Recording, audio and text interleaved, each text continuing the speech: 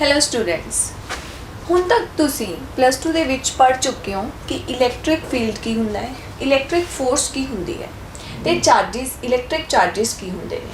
ਉਸ ਤੋਂ ਬਾਅਦ ਤੁਸੀਂ ਸੈਕੰਡ ਯੂਨਿਟ ਦੇ ਵਿੱਚ ਸਟੱਡੀ ਕੀਤਾ ਕਿ ਇਲੈਕਟ੍ਰਿਕ ਕਰੰਟ ਕੀ ਹੈ। ਮੀਨਸ ਜਦੋਂ ਚਾਰजेस ਮੂਵ ਕਰਦੇ ਨੇ ਤਾਂ ਅਸੀਂ ਕਹਿ ਰਹੇ ਹਾਂ ਕਿ ਕਰੰਟ ਪ੍ਰੋਡਿਊਸ ਹੁੰਦਾ ਹੈ। ਕਲੀਅਰ। ਅੱਜ ਅਸੀਂ ਨਵਾਂ ਯੂਨਿਟ ਸਟਾਰਟ ਕਰਨ ਜਾ ਰਹੇ ਹਾਂ ਜਿਹਦਾ ਨਾਮ ਹੈ magnetic effects of current and magnetism. ਇਸ ਨੂੰ ਸਟਾਰਟ ਕਰਨ ਤੋਂ ਪਹਿਲਾਂ, ਇਸ ਦੇ ਟੌਪਿਕਸ ਨੂੰ ਰਿਵਿਊ ਕਰਨ ਤੋਂ ਪਹਿਲਾਂ ਇਸ ਵਰਡ ਦਾ ਮੀਨਿੰਗ ਕਲੀਅਰ ਕਰੀਏ ਕਿ ਮੈਗਨੇਟਿਜ਼ਮ ਹੈ ਕੀ।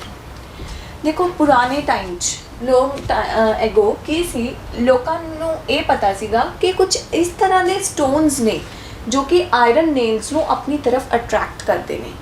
ਜਿਹੜੇ ਇਹ ਸਟੋਨਸ ਸੀ, ਇਹ ਓਲਡ ਗ੍ਰੀਸ ਦੇ ਵਿੱਚ ਮੈਗਨੀਸ਼ੀਆ ਨਾਮ ਦੀ ਇੱਕ ਜਗ੍ਹਾ ਸੀ ਜਿਸ ਦੇ ਉੱਪਰ ਪਾਏ ਜਾਂਦੇ ਸੀ।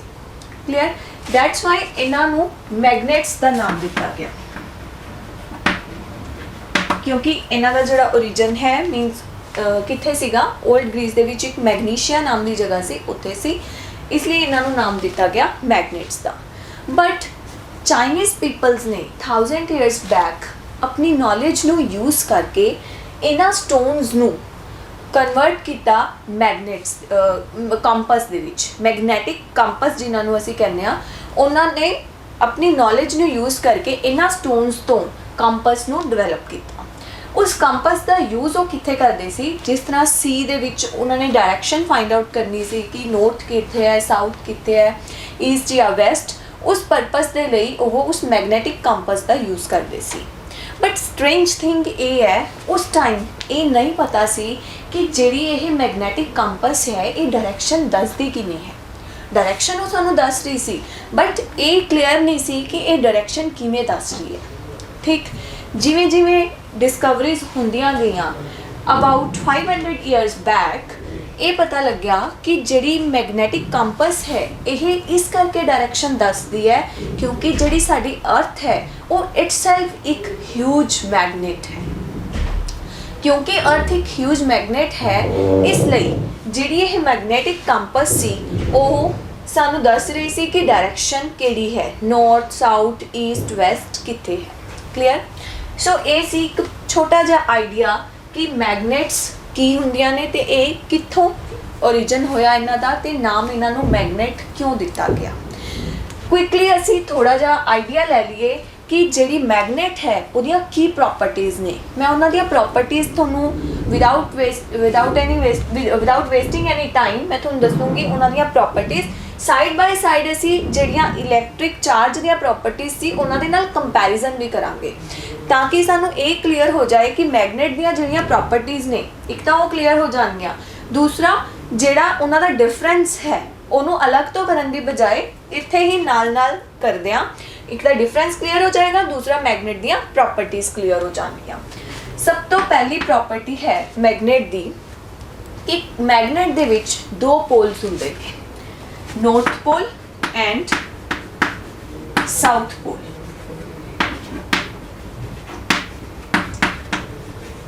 ਠੀਕ, ਕੋਈ ਵੀ ਮੈਗਨੇਟ ਹੈ, ਮੈਗਨੇਟ ਦੇ ਵਿੱਚ ਦੋ ਪੋਲ ਹੋਣਗੇ, ਨੌਰਥ ਐਂਡ ਸਾਊਥ।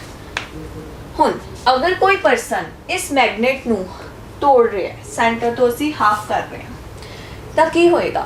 ਇਹ ਨਹੀਂ ਹੈ ਕਿ ਇਹ ਨੌਰਥ ਬਣ ਜਾਏਗਾ ਸਿੰਪਲੀ ਔਰ ਇਹ ਪਾਰਟ ਕੀ ਹੋ ਜਾਏਗਾ ਸਾਊਥ। ਨੋ, ਮੈਗਨੇਟਸ ਦੇ ਵਿੱਚ ਇਸ ਤਰ੍ਹਾਂ ਨਹੀਂ ਹੁੰਦਾ ਔਰ ਇਹ ਬਹੁਤ ਹੀ ਸਟ੍ਰੇਂਜ ਹੈ। ਤੁਸੀਂ ਕਿਸੇ ਵੀ ਮੈਗਨੇਟ ਨੂੰ ਕਿੰਨੇ ਵੀ ਪੀਸਿਸ ਦੇ ਵਿੱਚ ਕੱਟ ਕਰ ਲਓ, ਸਪੋਜ਼ ਇਹ ਫੁੱਲ ਪੀਸ ਹੈ ਮੈਗਨੇਟ ਦਾ, ਇਸ ਨੂੰ ਅਸੀਂ ਇਸ ਪਾਰਟ ਤੋਂ ਕੱਟ ਕਰ ਦਿੱਤਾ, ਠੀਕ ਹੈ, ਮੀਨਸ ਇੱਥੋਂ ਅਸੀਂ ਇਸ ਨੂੰ ਕੱਟ ਕਰ ਦਿੱਤਾ, ਤਾਂ ਕੀ ਹੋਏਗਾ। ਜਦੋਂ ਅਸੀਂ ਇੱਥੇ ਕੱਟ ਕਰਾਂਗੇ ਤਾਂ ਇਹ ਨੌਰਥ ਹੈ, ਇੱਥੇ ਸਾਊਥ ਪੋਲ ਡਿਵੈਲਪ ਹੋ ਜਾਏਗਾ ਤੇ ਦੂਸਰਾ ਹਿੱਸਾ ਜਿਹੜਾ ਇਹ ਪਾਰਟ ਹੈ ਇਹ ਕੀ ਬਣ ਜਾਏਗਾ, ਅਗੇਨ ਇੱਥੇ ਨੌਰਥ ਔਰ ਇੱਥੇ ਸਾਊਥ ਆ ਜਾਏਗਾ।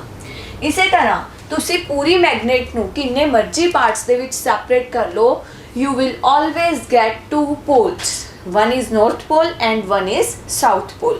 ਕਦੀ ਵੀ ਅੱਜ ਤੱਕ ਕਿਸੇ ਵੀ ਪਰਸਨ ਨੇ ਇੰਡੀਵਿਜੂਅਲ ਨੌਰਥ ਪੋਲ ਤੇ ਇੰਡੀਵਿਜੂਅਲ ਸਾਊਥ ਪੋਲ ਨਹੀਂ ਦੇਖਿਆ ਔਰ ਇਹ ਇਸ ਨੂੰ ਇਲੈਕਟ੍ਰਿਕ ਚਾਰਜ ਤੋਂ ਡਿਫਰੈਂਸ਼ੀਏਟ ਕਰਦਾ ਹੈ ਕਿਉਂਕਿ ਇਲੈਕਟ੍ਰਿਕ ਚਾਰਜ ਦੇ ਵਿੱਚ ਸਾਨੂੰ ਪਤਾ ਹੈ ਦੋ ਤਰ੍ਹਾਂ ਦੇ ਚਾਰजेस ਹੁੰਦੇ ਨੇ, ਪੋਜ਼ਿਟਿਵ ਚਾਰਜ ਤੇ negative charge. Positive charge and negative charge. But in case of magnets की होएगा, हमेशा साडे कोल दोनों पोल्स साथ नाल नाल रहेंगे, नॉर्थ और साउथ। तुसी कितना भी छोटा स्मॉल तो स्मॉल मैग्नेटिक पीस है मैग्नेट दा, ओदे विच दो ही पोल्स होंगे, one is north pole and another is south pole. So first difference यही है between magnet and electric charge. Magnet and electric charge कि चार्जेस ਨੂੰ इंडिविजुअल ਅਸੀਂ इंडिविजुअल हो सकते ਨੇ, पॉजिटिव अलग और नेगेटिव अलग, बट ਜਿਹੜੇ पोल्स ने मैग्नेट ਦੇ ਉਹ आइसोलेटेड नहीं ਹੁੰਦੇ, हमेशा दोनों पोल्स इकट्ठे ही एग्जिस्ट करते ਨੇ, north and south. Second thing की है कि मैग्नेटिक मटीरियल है, मैग्नेट है, ठीक है, ਉਹ ਕੁਝ ਇੱਕ ਮਟੀਰੀਅਲਸ ਨੂੰ ਆਪਣੀ ਤਰਫ ਅਟਰੈਕਟ ਕਰਦਾ ਹੈ। ਅਦਰਵਾਈਜ਼ ਮੈਜੋਰਿਟੀ ਆਫ ਮਟੀਰੀਅਲਸ ਦੇ ਲਈ ਉਹ ਨਿਊਟਰਲ ਹੈ, ਨਾ ਅਟਰੈਕਸ਼ਨ ਤੇ ਨਾ ਰਿਪਲਸ਼ਨ। ਜਿਵੇਂ ਅਸੀਂ ਆਇਰਨ ਦੀ ਐਗਜ਼ਾਮਪਲ ਲੈ ਸਕਦੇ ਹਾਂ ਕਿ ਆਇਰਨ ਨੇਲਸ ਨੇ, ਅਗਰ ਆਇਰਨ ਦਾ ਕੋਈ ਵੀ ਪੀਸ ਹੈ, ਅਗਰ ਅਸੀਂ ਉਸ ਨੂੰ ਮੈਗਨੇਟ ਦੇ ਕੋਲ ਲੈ ਕੇ ਆਵਾਂਗੇ ਤਾਂ ਉਹ ਉਸ ਨੂੰ ਅਟਰੈਕਟ ਕਰੇਗਾ। ਬਟ ਅਗਰ ਕੋਈ ਹੋਰ ਮਟੀਰੀਅਲ ਹੈ, ਜ਼ਰੂਰੀ ਨਹੀਂ ਕਿ ਮੈਗਨੇਟ ਉਸ ਨੂੰ ਅਟਰੈਕਟ ਕਰੇ ਜਾਂ ਰਿਪੈਲ ਕਰੇ, ਇਹ ਨਿਊਟਰਲ ਹੈ, ठीक। So it attract only certain materials,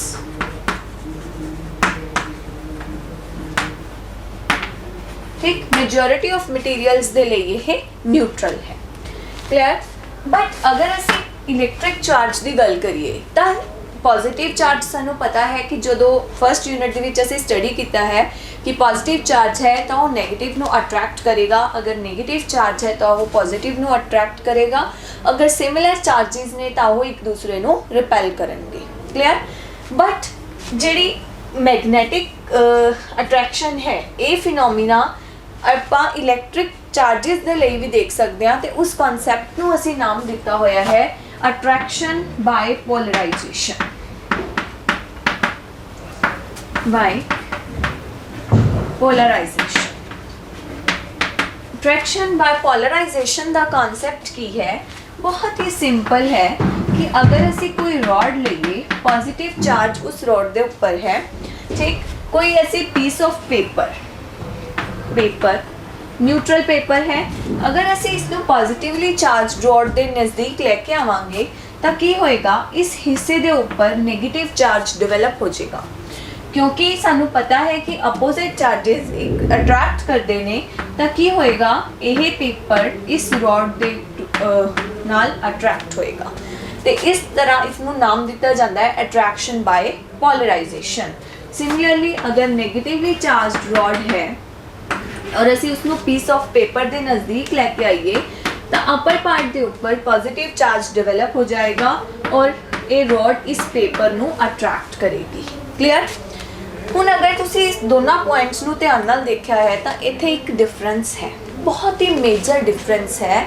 की डिफरेंस है कि मैं इत्थे लिखे सर्टन मटीरियल्स, कुछ एक मटीरियल्स ही ऐसे ने जिन्होंने मैगनेट अपनी तरफ अट्रैक्ट करती है, बाकी सारे मटीरियल्स दे लई मैगनेट की है न्यूट्रल हुंदी है, means no attraction no repulsion.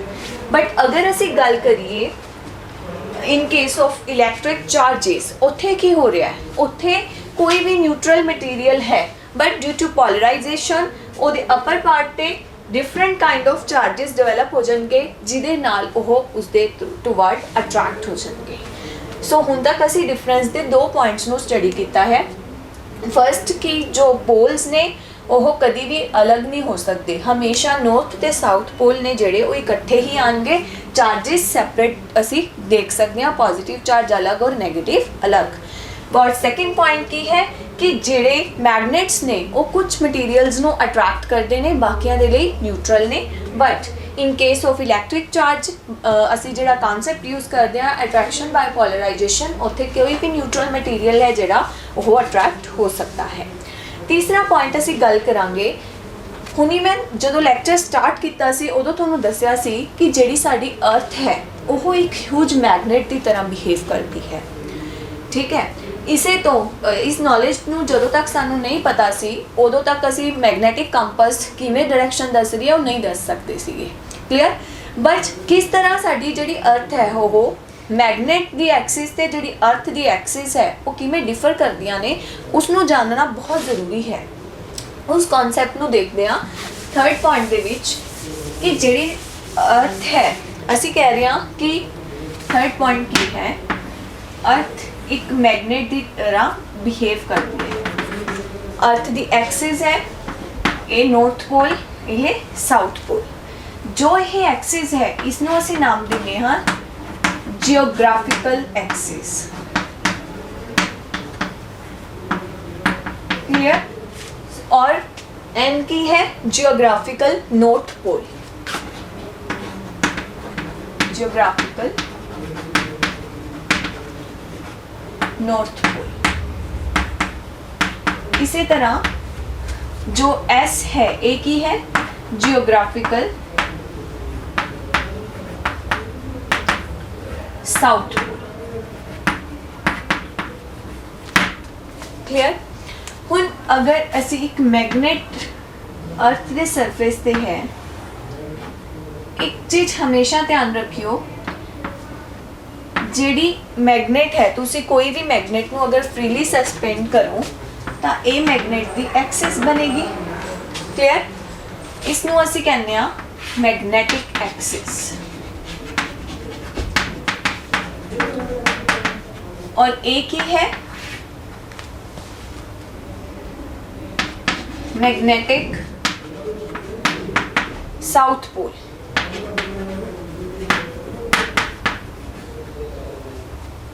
ठीक, सिमिलरली एक ही है नॉर्थ पोल। तो एक चीज हमेशा नोटिस रखो, जेडी मैग्नेट है उसका south pole geographical north pole दे क्लोज होएगा और जेड़ा जियोग्राफिकल साउथ पोल है वो मैग्नेट दे नॉर्थ पोल दे क्लोज होएगा। दूसरी चीज सेकेंड थिंग की है उन्हें नोटिस करने वाली कि ਜਿਹੜੀਆਂ दोनों एक्सिस ने means geographical axis and magnetic axis, दोनों एक्सिस आपस विच पैरेलल नहीं हैं। दोनों दे विच हमेशा कुछ ना कुछ एंगल बनेगा। आई रिपीट, इत्थे मैं दो चीज़ां दसियां ने और दोनों बहुत ही इंपॉर्टेंट ने कि ਜਿਹੜੀ मैग्नेट है ਉਹਦਾ south pole geographical north pole दे क्लोज होएगा और south pole north pole of the magnet दे क्लोज होएगा। दूसरी चीज जियोग्राफिकल एक्सिस ते मैग्नेटिक एक्सिस दोनों आपस दे विच पैरेलल नहीं हैं, दोनों दे विच हमेशा कुछ ना कुछ एंगल रहेगा। क्लियर?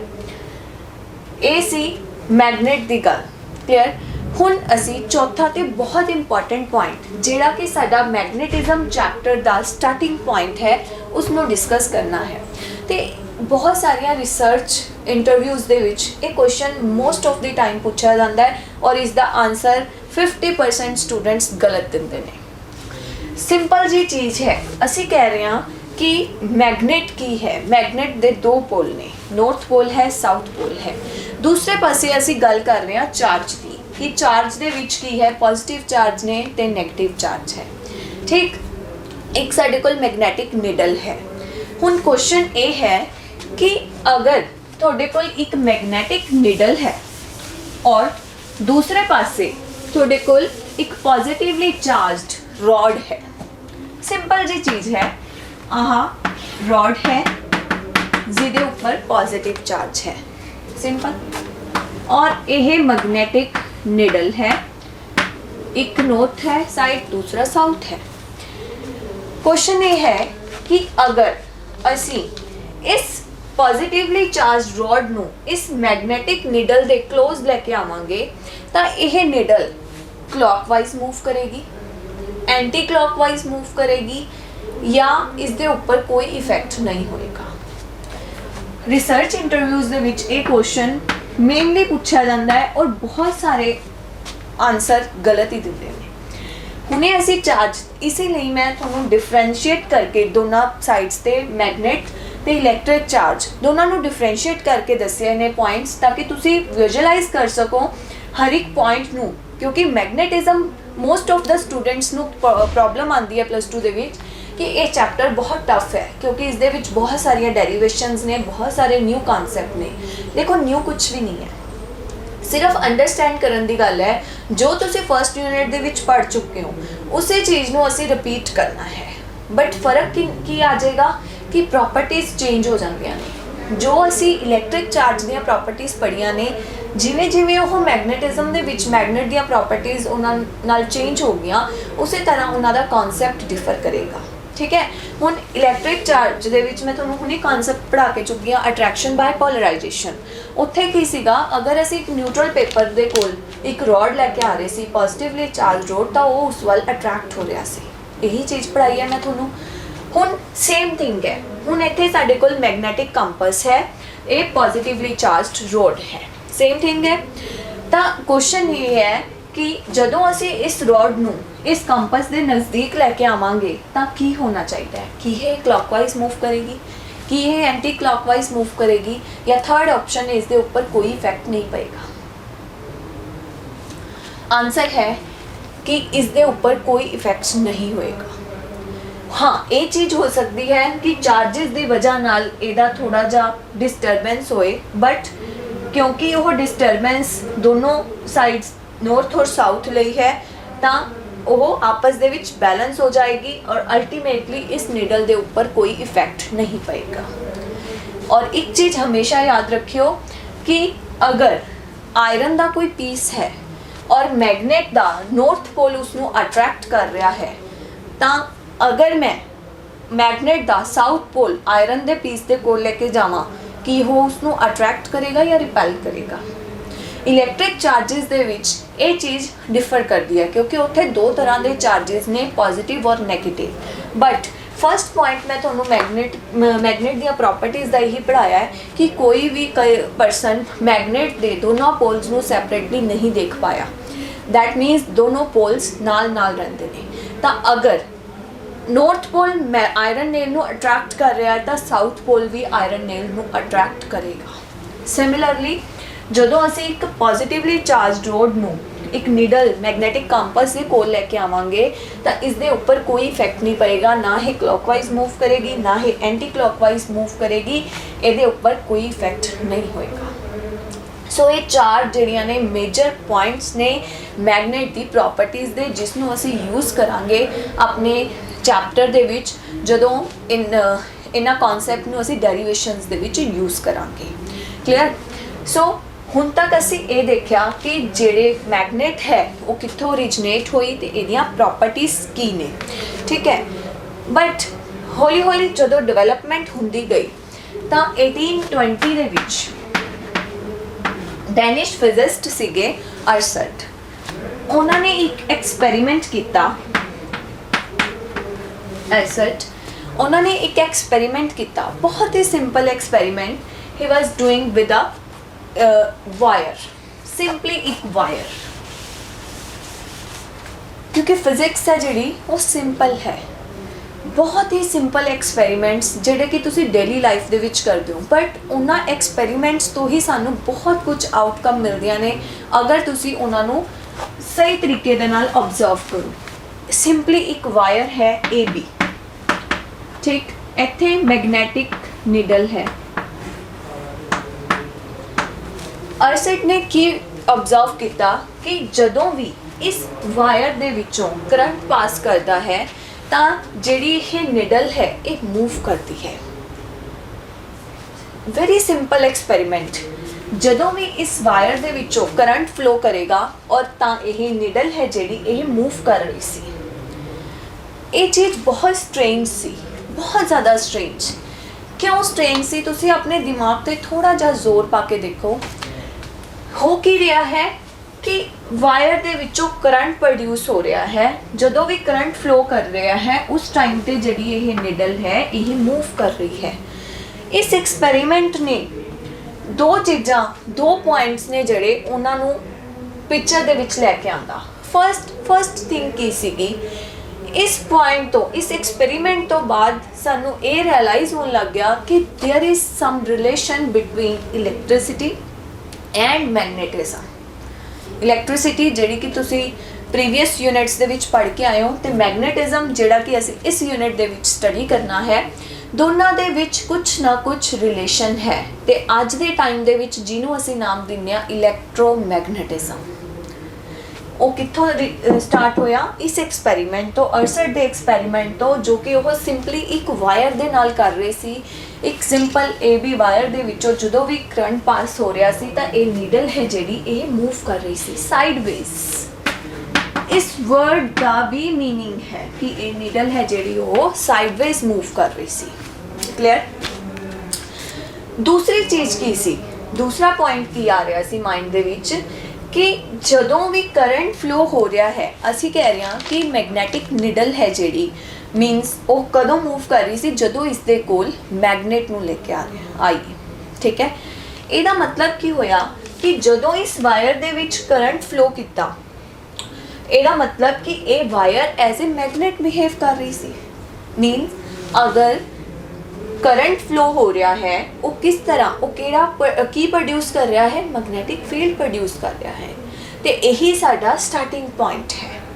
इसे कॉन्सैप्ट नूं असीं स्टार्टिंग पॉइंट मनदे हां मैगनेटिज्म दा, कि एक सिंपल वायर जिहदे विचों करंट फ्लो कर रहा है, ਉਹ एक मैगनेटिक कंपस ਦੀ ਜਿਹੜੀ ਨੀਡਲ ਹੈ ਉਸਨੂੰ ਡਿਫਲੈਕਟ ਕਰਵਾ ਰਹੀ ਹੈ, और वो भी ਸਾਈਡਵੇਜ਼।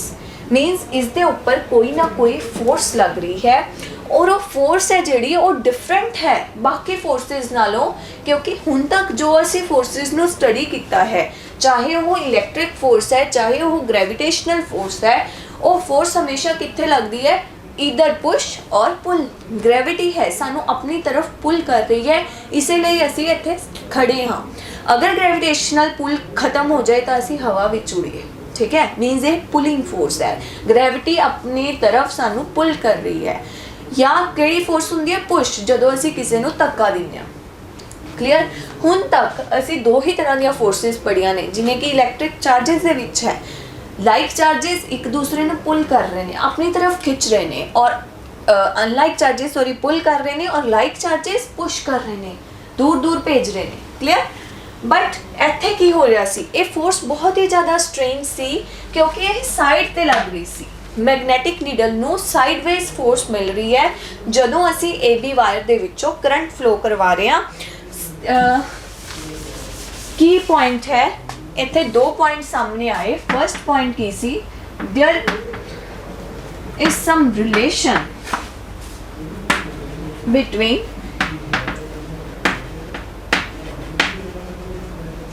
electricity and magnetism।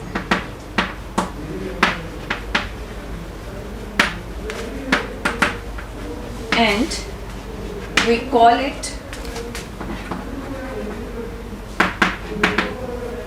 electromagnetism।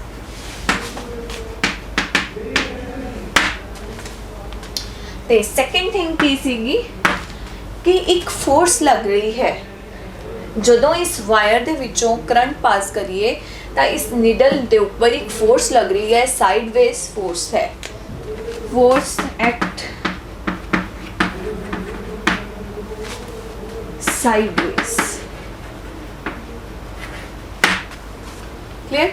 सो ये दो पॉइंट्स ने, इन्हां दो पॉइंट्स नूं असी अपना बेस मान के नैक्सट कुछ टॉपिक्स नूं डिस्कस करांगे, जिथे तुसीं इन्हां ही नूं ही इलैबोरेट करना है कि जिहड़ी फोर्स है वह की है, किस तरह असी इसनूं कैलकुलेट कर सकते हैं।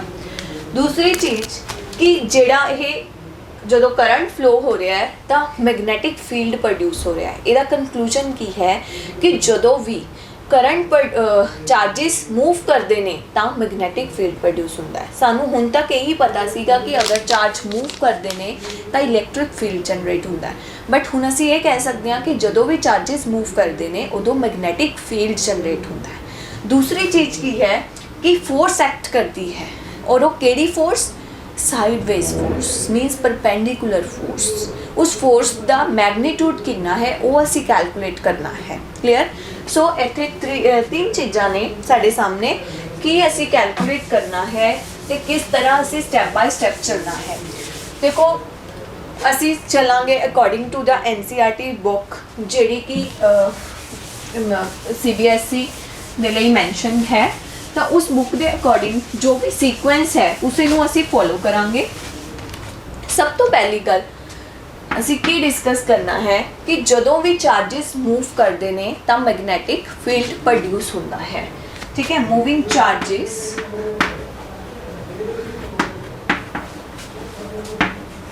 produce magnetism।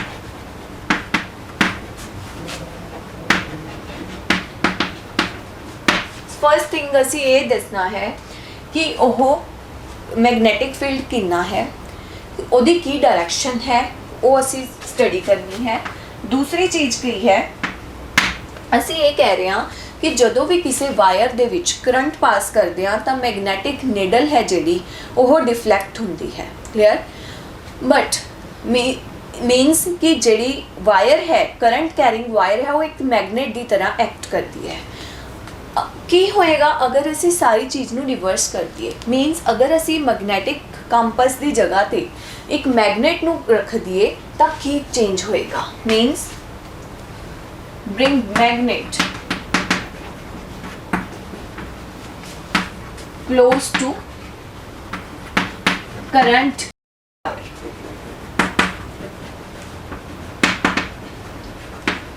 and see what will happen, and see what will happen।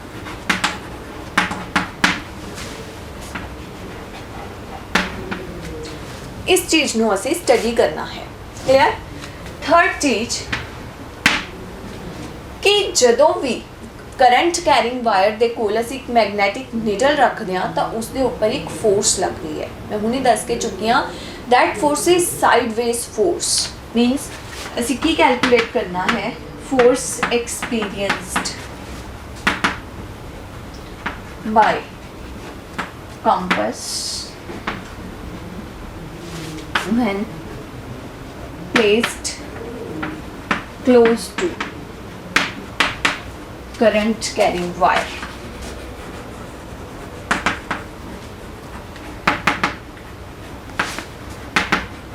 and this force is, I repeat, sideways force। इसका पूरा मीनिंग मैं थोड़ा क्लियर करूँगी by using a very simple and beautiful story। clear। so तीन चीज़ां ने साडे कोल, इसे नू असी स्टैप बाय स्टैप स्टडी करना है कि मूविंग चार्ज ने जेड़े वो प्रोड्यूस करते हैं मैगनेटिज्म।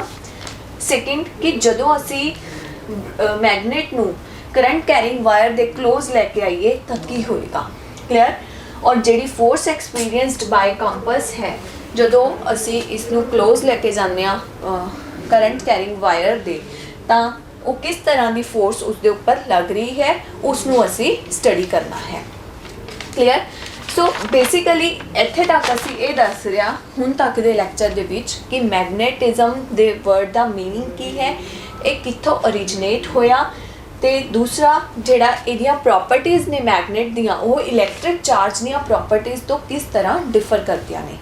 मैं तुहानूं दो तीन पॉइंट्स दसे ने जिहड़े कि बहुत ज़्यादा इंपॉर्टेंट ने तुहाडे पूरे चैप्टर दे लई कि एक तां जिहड़ा अर्थ दा जियोग्राफिकल नॉर्थ पोल है वो मैगनेट दे साउथ पोल दे क्लोज होएगा, एंड जिहड़ा साउथ पोल है जियोग्राफिकल वो नॉर्थ पोल दे क्लोज होएगा। ते मैगनेटिक एक्सिस और जियोग्राफिकल एक्सिस दोनों पैरेलल नहीं होंदियां। तीसरी चीज़ मैं तुहानूं ये दसी सीगी कि अर्सर्ड ने एक्सपैरीमेंट किया तो उस एक्सपैरीमेंट तो साडे कोल बहुत सारे डोर्स ओपन हो गए। उस सिंपल एक्सपैरीमेंट ने सानू ये दस्या कि जो इलैक्ट्रिसिटी है और जो मैगनेटिज्म है इन्हां दोनों दा आपस दे विच बहुत डूंगा रिलेशन है, जिसनों असी अज नाम दिन्ने आ इलैक्ट्रोमैगनेटिज्म। सो बेसिकली मैगनेटिज्म चैप्टर की जिहड़ी स्टार्टिंग है, स्टार्टिंग पॉइंट है वो कित्थे स्टार्ट होंदा है कि जिहड़े चार्जेस ने मूव करते ने वो मैगनेटिक फील्ड प्रोड्यूस करते हैं। इस चीज़ नूं असी पढ़ांगे कि वो फील्ड कितना है। दूसरा मैगनेट ਨੂੰ ਕਰੰਟ ਦੇ ਕੈਰਿੰਗ ਵਾਇਰ ਦੇ ਕਲੋਜ਼ ਲੈ ਕੇ ਆਈਏ ਤਾਂ ਕੀ ਹੋਏਗਾ, ਔਰ ਤੀਸਰਾ ਕਿ ਜਿਹੜੀ ਫੋਰਸ ਐਕਸਪੀਰੀਐਂਸਡ ਬਾਈ ਦੀ ਕੰਪਸ ਹੈ ਉਹ ਕਿਸ ਤਰ੍ਹਾਂ ਦੀ ਹੈ ਜਦੋਂ ਅਸੀਂ ਉਸ ਨੂੰ ਮੈਗਨੈਟਿਕ ਫੀਲਡ ਦੇ ਅੰਦਰ ਰੱਖੀਏ। ਕਲੀਅਰ। ਦੇਖੋ ਮੈਂ ਤੁਹਾਨੂੰ ਪਹਿਲਾਂ ਵੀ ਦੱਸ ਚੁੱਕੀ, ਬਹੁਤ ਸਾਰੇ ਬੱਚਿਆਂ ਨੂੰ ਇਹ ਚੈਪਟਰ ਡਿਫਿਕਲਟ ਲੱਗਦਾ ਹੈ, ਠੀਕ ਹੈ। ਉਹਦਾ ਰੀਜ਼ਨ ਕੀ ਹੈ ਕਿ ਇਸ ਦੇ ਵਿੱਚ ਡੈਰੀਵੇਸ਼ਨ ਜ਼ਿਆਦਾ ਨੇ, ਬਟ ਤੁਸੀਂ ਦੇਖੋਗੇ ਕਿ ਅਸੀਂ ਇਸ ਪੂਰੇ ਯੂਨਿਟ ਦੇ ਵਿੱਚ ਸਿਰਫ 2 ਗੱਲਾਂ ਕਰਾਂਗੇ। ਪਹਿਲੀ ਗੱਲ ਕਿ ਜਿਹੜੇ ਚਾਰਜ ਨੇ ਜਦੋਂ ਮੂਵ ਕਰਦੇ ਨੇ ਉਹਨਾਂ ਦੇ ਉੱਪਰ ਉਹ ਮੈਗਨੈਟਿਕ ਫੀਲਡ ਪ੍ਰੋਡਿਊਸ ਕਰਦੇ ਨੇ। ਦੂਸਰੀ ਗੱਲ ਅਸੀਂ ਕੀ ਕਰਾਂਗੇ ਕਿ ਜਿਹੜਾ ਇਹ ਮੈਗਨੈਟਿਕ ਫੀਲਡ ਪ੍ਰੋਡਿਊਸ ਹੋ ਰਿਹਾ ਹੈ ਜਦੋਂ ਵੀ ਚਾਰਜ ਮੂਵ ਕਰੇਗਾ ਮੈਗਨੈਟਿਕ ਫੀਲਡ ਦੇ ਅੰਦਰ ਤਾਂ ਉਸ ਦੇ ਉੱਪਰ ਫੋਰਸ ਲੱਗੇਗੀ ਤੇ ਉਹ ਫੋਰਸ ਹੈ ਜਿਹੜੀ ਉਹ ਸਾਈਡਵੇਜ਼ ਫੋਰਸ ਹੋਏਗੀ। ਉਸ ਫੋਰਸ ਦਾ ਮੈਗਨੀਟਿਊਡ ਅਸੀਂ ਕੈਲਕੂਲੇਟ ਕਰਨਾ ਹੈ। ਸੋ ਸਟੂਡੈਂਟਸ ਅਸੀਂ ਡਿਸਕਸ ਕਰ ਰਹੇ ਸੀਗੇ ਕਿ ਜਿਹੜਾ ਇਹ ਮੈਗਨੇਟਿਜ਼ਮ ਦਾ ਕਨਸੈਪਟ ਹੈ ਇਹ ਬਹੁਤ ਡਿਫਿਕਲਟ ਹੈ, ਠੀਕ ਹੈ। ਕੋਈ ਡਿਫਿਕਲਟ ਨਹੀਂ ਹੈ। ਤੁਸੀਂ ਪੂਰਾ ਯੂਨਿਟ ਆਪਾਂ ਪੜਾਂਗੇ, ਉਸ ਦੇ ਵਿੱਚ ਕੀ ਦੇਖੋਗੇ ਕਿ ਅਸੀਂ ਸਿਰਫ 2 ਗੱਲਾਂ ਕਰਾਂਗੇ। ਪਹਿਲੀ ਗੱਲ ਅਸੀਂ ਕੀ ਕਰਨੀ ਹੈ ਕਿ ਜਦੋਂ ਚਾਰजेस ਨੇ ਜਿਹੜੇ ਮੂਵ ਕਰਦੇ ਨੇ ਤਾਂ ਮੈਗਨੈਟਿਕ ਫੀਲਡ ਪ੍ਰੋਡਿਊਸ ਹੁੰਦਾ ਹੈ। Means moving charges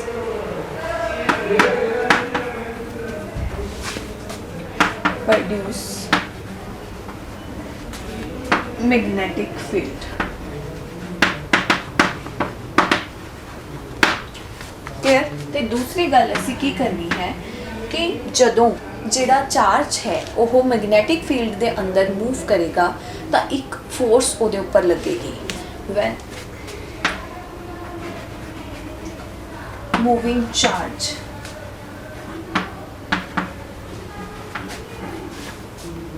placed in a magnetic field, या ਅਸੀਂ ਇਸ ਨੂੰ ਲਿਖ ਸਕਦੇ ਹਾਂ ਕਿ charge when charge move in magnetic field it experiences force। सिर्फ ਅਸੀਂ ਇਹਨਾਂ 2 ਗੱਲਾਂ ਦੇ ਉੱਪਰ ਕਨਸੈਂਟਰੇਟ ਕਰਨਾ ਹੈ। ਕੋਈ ਵੀ ਆਰਟੀਕਲ ਹੈ, ਕੋਈ ਵੀ ਡੈਰੀਵੇਸ਼ਨ ਹੈ, ਜਦੋਂ ਵੀ ਅਸੀਂ ਉਸ ਨੂੰ ਸਟਾਰਟ ਕਰਾਂਗੇ ਤਾਂ ਸਿਰਫ ਸਾਡੇ ਕੋਲ 2 ਗੱਲਾਂ ਹੋਣਗੀਆਂ। ਜਾਂ ਤਾਂ ਅਸੀਂ ਗੱਲ ਕਰਾਂਗੇ ਕਿ ਜਿਹੜਾ ਚਾਰਜ ਹੈ ਉਹ ਮੈਗਨੈਟਿਕ ਫੀਲਡ ਪ੍ਰੋਡਿਊਸ ਕਰ ਰਿਹਾ ਹੈ, ਅਸੀਂ ਕੈਲਕੂਲੇਟ ਕਰਨਾ ਹੋਏਗਾ ਉਸ ਫੀਲਡ ਦਾ ਮੈਗਨੀਟਿਊਡ, ਠੀਕ ਹੈ, ਉਸ ਫੀਲਡ ਦੀ ਡਾਇਰੈਕਸ਼ਨ। ਦੂਸਰੀ ਗੱਲ ਅਸੀਂ ਕੀ ਡਿਸਕਸ ਕਰਾਂਗੇ ਕਿ ਜਦੋਂ ਕੋਈ ਚਾਰਜ ਹੈ ਜਿਹੜਾ ਉਹ ਮੈਗਨੈਟਿਕ ਫੀਲਡ ਦੇ ਅੰਦਰ ਮੂਵ ਕਰ ਰਿਹਾ ਹੈ ਤਾਂ ਉਸ ਤੇ ਫੋਰਸ ਲੱਗ ਰਹੀ ਹੈ। ਔਰ ਮੈਂ ਤੁਹਾਨੂੰ ਇਹ ਦੱਸਿਆ ਹੈ ਕਿ ਇਹ ਜਿਹੜੀ ਫੋਰਸ ਹੈ ਇਹ ਬਹੁਤ ਸਟ੍ਰੇਂਜ ਹੈ। ਕਈ ਲੋਕ ਕਹਿੰਦੇ ਨੇ ਕਿ ਇਹ ਫੋਰਸ ਡਿਫਿਕਲਟ ਹੈ, ਅੰਡਰਸਟੈਂਡ ਕਰਨੀ ਡਿਫਿਕਲਟ ਹੈ। ਇਹ ਚੀਜ਼ ਨਹੀਂ ਹੈ। ਦੇਖੋ ਹੁਣ ਤੱਕ ਅਸੀਂ 2 ਤਰ੍ਹਾਂ ਦੀ ਫੋਰਸਿਸ ਬਾਰੇ ਹੀ ਫੈਮਿਲੀਅਰ ਸੀ, ਈਦਰ ਪੁਸ਼ ਔਰ ਪੁੱਲ। क्योंकि वो बहुत सिंपल चीज़ है इसलिए सानू डिफिकल्ट नहीं लग रही है, क्योंकि सिंपली एक पुश है एक पुल है, दैट्स इट। बट यह फोर्स डिफरेंट है। ਜਦੋਂ ਇਸ ਫੋਰਸ ਨੂੰ ਅਸੀਂ ਅੰਡਰਸਟੈਂਡ ਕਰ ਲਿਆ ਕਿ ਇਹ ਕਿਸ ਤਰ੍ਹਾਂ ਦੀ ਹੈ ਤਾਂ ਇਹ ਵੀ ਡਿਫਿਕਲਟ ਨਹੀਂ ਲੱਗੇਗੀ। ਦੈਟ ਮੀਨਸ ਕਿ ਇਹ ਫੋਰਸ ਹੈ ਜਿਹੜੀ ਉਹ ਡਿਫਰੈਂਟ ਹੈ, ਡਿਫਿਕਲਟ ਨਹੀਂ ਹੈ। ਦੋਨਾਂ ਵਰਡਸ ਨੂੰ ਅਲੱਗ-ਅਲੱਗ ਕਰਕੇ ਦੇਖੋ। ਡਿਫਰੈਂਟ ਹੈ बट डिफिकल्ट नहीं है। डिफरेंट क्यों है? क्योंकि ये बाकी ਜਿਹੜੀਆਂ फोर्सेस ने चाहे इलैक्ट्रिक चाहे ग्रेविटेशनल पुश और पुल नालों डिफरेंट है। ਕਿਵੇਂ ਹੈ ਮੈਂ ਤੁਹਾਨੂੰ ਦੱਸਿਆ ਸੀ ਕਿ ਆਪਣੇ ਅਗਲੇ ਲੈਕਚਰ ਦੇ ਵਿੱਚ ਮੈਂ ਤੁਹਾਨੂੰ ਇੱਕ ਬਹੁਤ ਹੀ ਸੋਹਣੀ ਜਿਹੀ ਸਟੋਰੀ ਦੇ ਨਾਲ ਦੱਸੂਗੀ ਕਿ ਜਿਹੜੀ ਇਹ ਫੋਰਸ ਹੈ ਉਹ ਕਿਸ ਤਰ੍ਹਾਂ ਦੀ ਹੈ। ਤਾਂ ਤੁਹਾਨੂੰ ਅੰਡਰਸਟੈਂਡਿੰਗ ਜਦੋਂ ਹੋਗੀ ਤਾਂ ਤੁਹਾਨੂੰ ਆਪਣੇ ਆਪ ਇਹ ਫੋਰਸ ਹੈ ਜਿਹੜੀ ਉਹ ਈਜ਼ੀ ਲੱਗਣੀ ਸ਼ੁਰੂ ਹੋ ਜਾਏਗੀ, ਠੀਕ ਹੈ। ਸੋ ਹੁਣ ਤੱਕ ਅਸੀਂ ਇੱਕ ਪਿਕਚਰ ਜਨਰੇਟ ਕਰ ਲਈ ਮਾਈਂਡ ਦੇ ਵਿੱਚ ਕਿ ਅਸੀਂ ਕਰਨਾ ਕੀ ਹੈ, ਅਸੀਂ ਇਸ ਚੈਪਟਰ ਦੇ ਵਿੱਚ ਕੀ ਸਟੱਡੀ ਕਰਨਾ ਹੈ। ਅਸੀਂ ਬੇਸਿਕਲੀ 2 ਗੱਲਾਂ ਹੀ ਸਟੱਡੀ ਕਰਨੀਆਂ ਨੇ ਕਿ ਜਿਹੜੇ ਮੂਵਿੰਗ ਚਾਰजेस ਨੇ ਉਹ ਮੈਗਨੈਟਿਕ ਫੀਲਡ ਪ੍ਰੋਡਿਊਸ ਕਰਦੇ ਨੇ, ਉਹਨਾਂ ਦੇ ਬਾਰੇ ਅਸੀਂ ਡਿਸਕਸ ਕਰਨਾ ਹੈ ਕਿ ਉਹ ਫੀਲਡ ਕਿਸ ਤਰ੍ਹਾਂ ਦਾ ਹੈ। ਤੇ ਜਦੋਂ ਚਾਰਜ ਮੂਵ ਕਰਦਾ ਹੈ ਮੈਗਨੈਟਿਕ ਫੀਲਡ ਦੇ ਅੰਦਰ ਤਾਂ ਉਹਦੇ ਉੱਪਰ ਇੱਕ ਫੋਰਸ ਲੱਗਦੀ ਹੈ। ਅਸੀਂ ਉਸ ਫੋਰਸ ਬਾਰੇ ਡਿਸਕਸ ਕਰਨਾ ਹੈ ਕਿ ਉਹ ਮੈਗਨੈਟਿਕ ਫੋਰਸ ਕਿਸ ਤਰ੍ਹਾਂ ਦੀ ਹੈ, ਉਸਨੂੰ ਕੀ ਨਾਮ ਦਿੱਤਾ ਗਿਆ ਤੇ ਉਹ ਕਿਵੇਂ ਦੀ ਹੈ, ਉਸ ਬਾਰੇ ਡਿਸਕਸ ਕਰਨਾ ਹੈ। ਸੋ ਸਟੂਡੈਂਟਸ ਅੱਜ ਦੇ ਲੈਕਚਰ ਦੇ ਵਿੱਚ ਇੰਨਾ ਹੀ। ਮਿਲਾਂਗੇ ਆਪਣੇ ਸੈਕੰਡ ਲੈਕਚਰ ਦੇ ਵਿੱਚ ਇੱਕ ਸਪੈਸ਼ਲ ਜੀ ਸਟੋਰੀ ਦੇ ਨਾਲ ਜਿਹੜੀ ਕਿ ਦੱਸੇਗੀ ਮੈਗਨੈਟਿਕ ਫੋਰਸ ਕਿਸ ਤਰ੍ਹਾਂ ਦੀ ਹੈ। ਅੱਜ ਦੇ ਲਈ ਇੰਨਾ ਹੀ, ਥੈਂਕ ਯੂ।